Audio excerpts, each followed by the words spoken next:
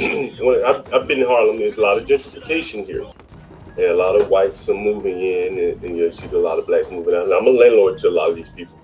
It would seem to me that the people coming in are a better place than the blacks that were here. How do you find that? I don't understand. I'm not sure I understand your question. So a lot of the whites that are moving into Harlem, Right. pretty well-to-do whites. Oh, okay. I see. All right. Yeah. Yeah. Many of them are what we used to refer to as yuppies. They come from money. Their parents have money. They come from old money. Many of them are educated, and many of them have more than one degree. Many of them have professional degrees.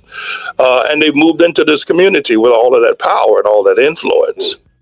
But I think the thing that's missing, John, is that they could not have done this without the aid of black sellouts, black snakes, the Black Empowerment Zone, the Black Community Council, black mayors, black leaders, black preachers.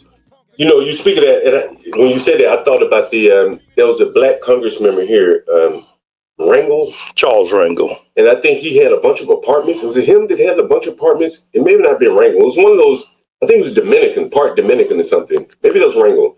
And how he had some of the apartments here for his family and stuff like that. So I see what you're saying. Yeah, well, what I'm referring to is that there was profitability to black leaders to not resist the onslaught of white people moving into the community.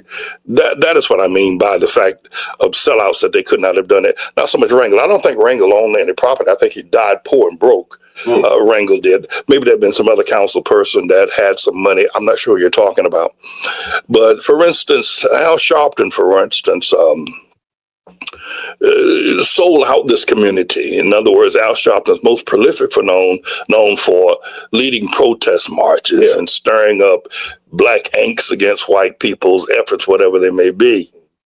But you haven't, in over, I don't know, 20, 25 years, ever heard of Al Sharpton leading a protest against white folk, displacing black people in Harlem, that they've taken all over this beautiful property, taken over this beautiful bedroom community of New York City, and he's not raised his voice one time. And the reason being is because he got paid $800,000 by Jewish developers to let the floodgates in.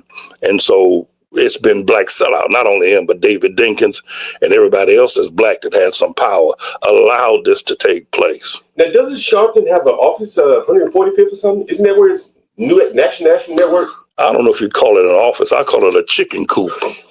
Yeah, he does have has a little storefront. Is that what it is? I've never been there before. I swear before God, I've never seen anything as wretched as that little storefront office he has on 145th Street. You know, he used to have an office in the Empire State Building, but he didn't pay his rent for like 4 or 5 years. They evicted him. They kicked him out. So he moved up to 145th Street. So that's how he ended up in Harlem. So downtown all this time. Yeah. To go to Harlem. Okay. Yeah. Wow, that's interesting. That's interesting. But he doesn't live in Harlem either, does he? No, he lives in the Sloan Kettering Memorial Sloan Kettering Cancer Center on, I think it's either York Avenue or one of those avenues on the east side and 61st Street near the Sloan Kettering Memorial Hospital. They have a place, a building